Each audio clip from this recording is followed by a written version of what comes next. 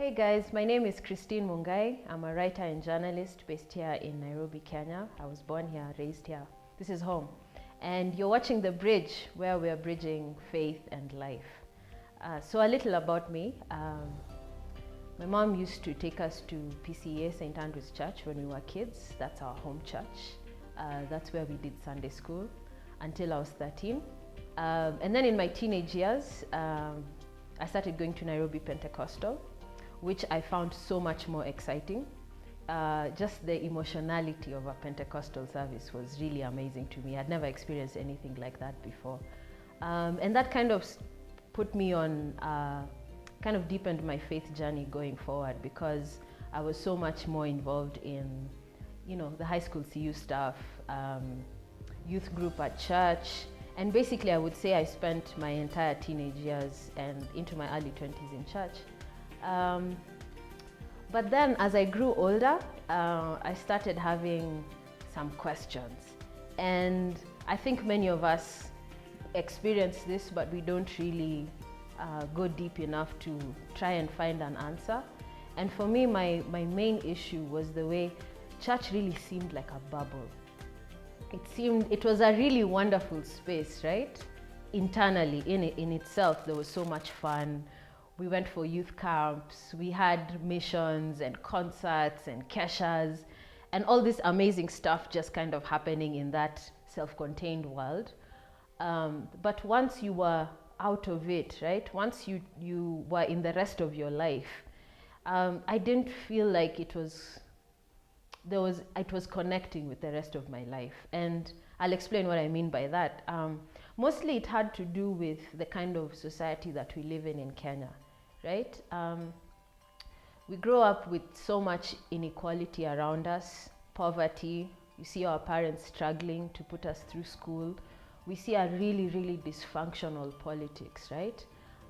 That was the time, I remember in my early 20s is the time post-election violence was happening.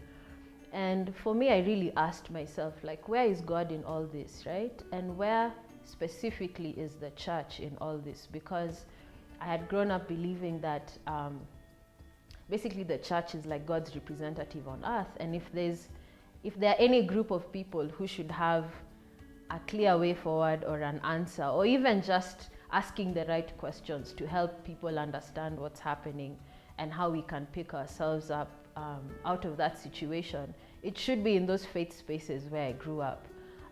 But that was, I think, some of the most dysfunctional kind of spaces that I was seeing at the time. Because if you remember, and it even goes on until now, like the church was so divided, right? It was so divided along political lines, tribal lines, and also denominational lines, which in the Kenyan context really kind of overlap. And that has to do a lot with our colonial history. That when the various missionary societies came to Kenya in the 19th century, to kind of avoid stepping on each other's toes, they had a meeting in Kikuyu, I believe it was in 1920 if I'm not wrong, where they had this meeting and they decided to carve up Kenya according to geographical regions of influence.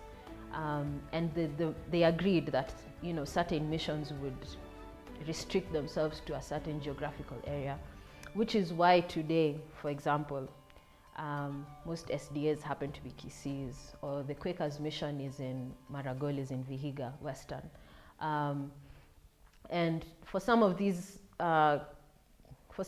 church missionary societies, they were closer to the colonial state than others. So for example, the Anglicans and the Presbyterians, and they had a really close relationship with power.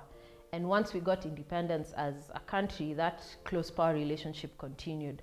And so Kenya has this interesting situation, let me put it that way, where our faith convictions tend to overlap quite significantly, but also in a very subtle way with political commitments as well.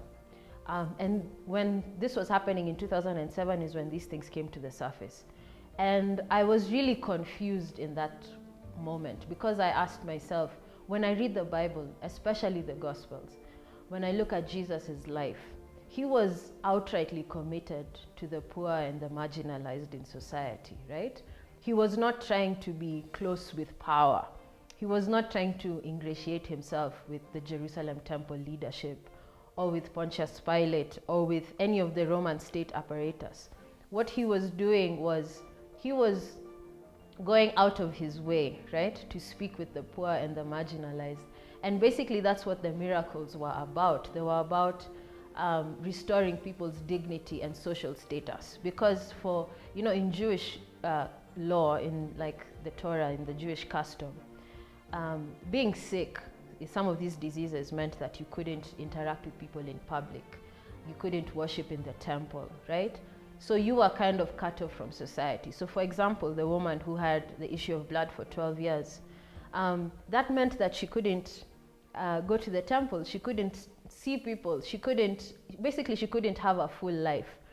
And when Jesus would heal people and he would say that your faith has made you whole, basically that's what he was saying. It wasn't just a physical healing. It was a restoration basically of their dignity and of their position in the community, right? That they could have, they could be cared for as full members of the society again. And for me, I asked myself in that situation, the Gospels seem very clear that God has a special preference for the poor and the marginalized. And yet I saw our church communities here jostling for political power. And that really put my faith kind of on a trajectory where I started asking a lot of questions and wondering what the way forward could be. And it's only years later that there started to be this kind of integration of those two worlds. Like I said, it's partly because of our colonial history, and also really a lot because of the way our Christianity was brought to us on the hands of whiteness, right? And whiteness is not just about white people. It's mostly about a way of being in the world, right? That whiteness is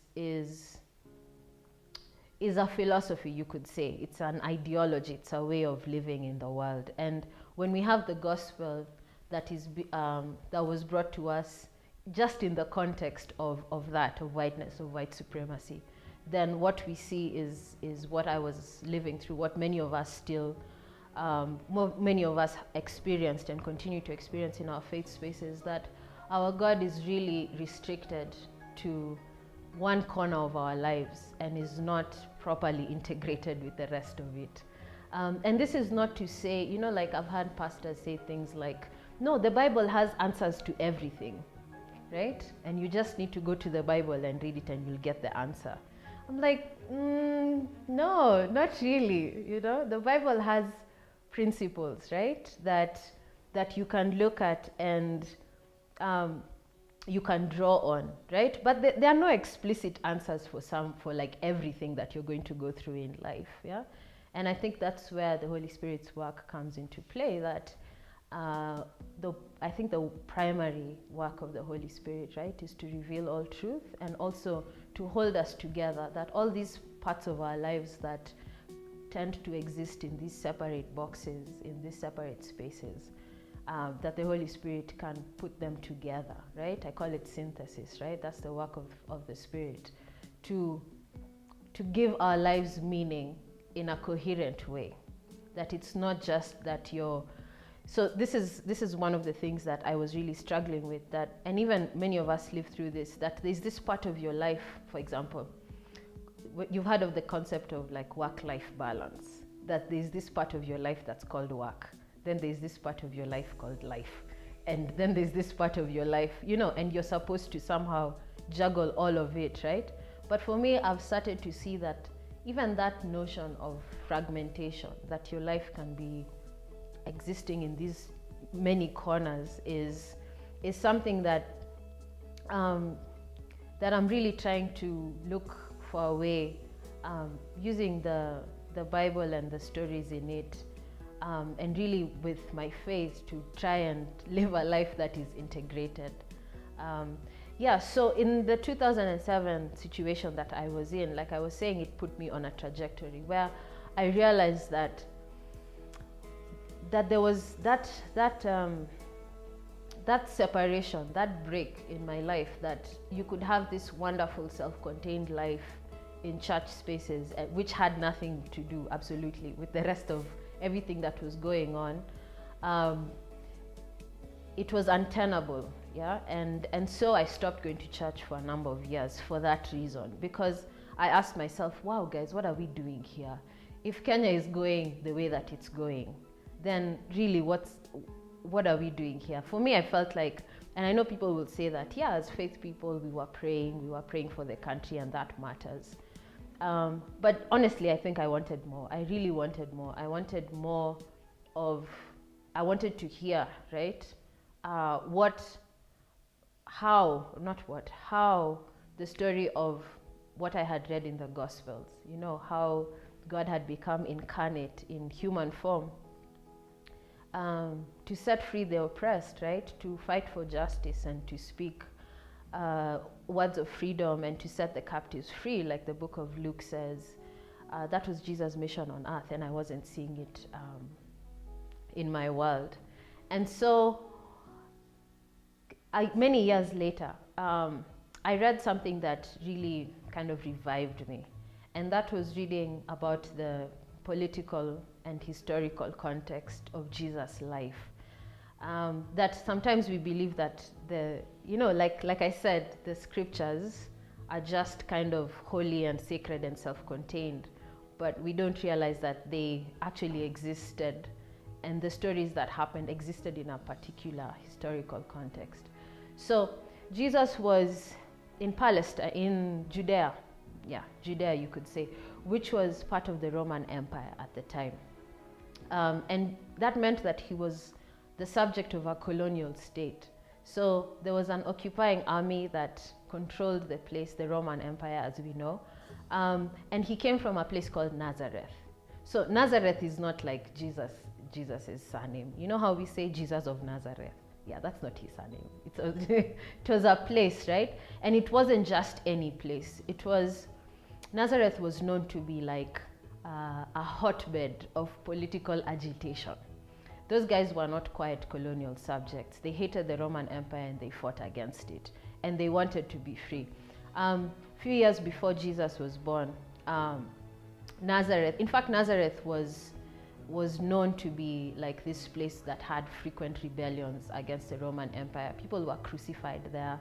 And by the crucifixion was not just any way to be executed. It really had political meaning. So it was reserved for rebels and insurrectionists, people who the Roman state wanted to send a message to people, right? It wasn't just for anyone, which really made me reframe Jesus' crucifixion. But anyway, Nazareth was this place that was known, right? Which is why in the book of John, when Philip meets Jesus and he goes to his brother Nathanael and says, "Come, we have found the Messiah," and Nathanael says, "Wait, can anything good come from Nazareth?" Right? Because it was known to be that kind of place. That's not the place that God would choose to be incarnate, right? Nazareth was poor. The people of Nazareth were not elite people, well educated. So they were looked down upon by the Pharisees and like the elite society in Jerusalem, right? Which is why so many times in the Gospels repeat over and over again that Jesus began his ministry in Galilee, which is where Nazareth was, right? It's like some backwater, some place where you don't expect God to be working, right? And that's the place that God chose to be incarnate, right? And that's the place where Jesus began his ministry, and he was known as, that his ministry was in Galilee. And the same thing we see when Peter is being asked by the people in the temple. This is on the night before Jesus' crucifixion, and they recognize him by his accent and they say, "You're from Galilee, Peter the Galilean," right? And so I asked myself, look, Jesus was living in a context of oppression, right? The same kind of world that I was grappling with, that I was seeing all around me: political dysfunction, extrajudicial killings, poverty, all this stuff, right? And yet I had never seen Jesus' life in its historical context. And for me, that really gave new meaning to the Gospels, right? I read the Gospels over again, so energized and so inspired, right? To be so much more explicit in using my faith to pursue justice and freedom, right? And this is something that the early church community did quite explicitly. You read the book of Acts and you see what the early Christians were doing. So in Acts chapter 2, the Spirit comes upon the believers, and over there towards verse 44, 43, it talks about the way the believers had all things in common, right? They sold their possessions and shared with each other according to need. And for me, that verse really struck me recently. I'm like, wow, what were these guys doing? What did that mean to sell your possessions and to share in the context of empire, right? How did it disrupt the logics of imperialism that they were living under? So it came to me that one of the reasons why that was so profound, that what they were doing was not just an ordinary thing. It was happening within a kind of political context that I hadn't seen before, is that empire, right, imperialism, is really about hoarding. It's about accumulating wealth, and it's about oppressing a certain group of people so that another group can be elevated, right? But what the early church was doing was kind of disrupting these logics of organizing society.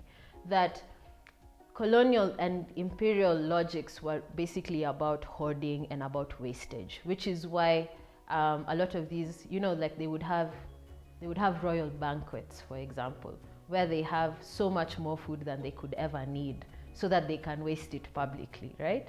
We see a lot of that today, that we have conspicuous consumption. People buy things that they don't need so that they can be seen as being better than everyone else. Like, you're trying to prove a point that you actually don't need these things, which is why you can waste it. And what the early church was doing, they were like, no, we're going to give to everyone according to their need. Another thing that the early Christians were known to do is that when they would sell their possessions, it meant that they would have quite a bit of money in their possession, right? And what they would do is that if you were a Christian convert, let's say living on the borders of Judea or of Samaria, all these places, and you were kidnapped by slave traders, for example, the Christians would pursue the slave traders and buy you back. Like, they would use their resources to secure your freedom. And I'm asking myself, like, how many of our church communities do that? How many of our church communities use their resources to expand the freedom of their people, right? And so for me, when we read the Gospels and Acts in the context of the historical empire that they were living under and the kind of oppression that was their day-to-day kind of bread and butter, it really energizes the Gospels for justice, right? For justice and freedom. And so many of the people who have basically like put their own bodies on the line for the sake of the poor and the oppressed and the outcasts and the marginalized against us. Many of them were energized by their Christian convictions, and sometimes we don't see that. Like Martin Luther King Jr., like, he just wasn't a civil rights leader in that narrow context. He was a Christian preacher. He was a Baptist preacher who really looked at the Gospels and the Bible more generally and saw a narrative of justice, right? So Martin Luther King was not just about political agitation for the sake of it. Yeah, he was actually standing on very explicit Christian foundations, because this is how he read Jesus' life and ministry, that this is what Jesus was doing on earth. Yeah, and the problem with racism and segregation that was happening at that point is that it wasn't allowing people to flourish as full human beings. King said that we have all been created in the image of God. We know that notion, right, of Imago Dei, that humans are created in the image of God, and racism denies people that humanity. It denies them their basic humanity. it denies that truth in them, that they were created in the image of God. And that's the reason why King was able to mobilize and to organize so that he could confront the structures of society that were preventing this justice and this flourishing from happening. So for me, and it's not even just King, it's Oscar Romero in El Salvador, if I'm not wrong, who did the same thing. He was a Catholic priest, and he spoke out against extrajudicial killings and murders and injustice. And he himself was killed in church while he was conducting mass. Someone came and shot him. And we have so many more examples from Latin America, from all over the world, people who it's their Christian faith that energized them to confront the structures of society. And for me, that really brought a lot of clarity and freedom and liberation in my mind, because I had been presented with a proposition, a Christian proposition, that the way to be a good Christian is not to be of the world. You know that verse that we like saying, you are in the world but not of the world. I think that gave many people the excuse to disengage, just to like shut off that side and say God will deal with it, or say the thing of like, it doesn't matter how evil the world is becoming because Jesus will come anyway, you know. I truly believe that our work is to expand freedom and justice, and that God's preference, God's commitment, right? The work that the way God breaks into humanity and intervenes in the world is on behalf of the poor, on behalf of the oppressed, on behalf of the people who don't have many options, right? And we see it all through Israel's history. You read the Old Testament, that every time God punished Israel, it was because they were they were oppressing the widows and the poor and the orphans, the strangers and the aliens among them. The prophets came time and time again to speak God's word to his people and to say that you shall not do these things, that when you oppress the people among you who don't have the kind of power that you have, then that goes against God's will for his nation, right? And by the way, which has a lot to do with idolatry. So there's a real clear connection between worshipping those gods like Asherah and Baal, and the way that would mean that people would be oppressing the widows and the orphans among them, that those were gods of war and conquest. And when you worship a god of war and domination, then you end up doing that to your fellow human beings. Yeah, so I'm really on this journey, and I hope that we can take this journey together as we kind of rediscover the life and work of Jesus Christ on this earth, and look to find ways to have more synthesis, more of a holistic way of looking at our faith, and also reading freedom, reading justice into the scriptures, so that we can use what we have, like the early Christians did, to use what we have to secure the freedom of the least among us.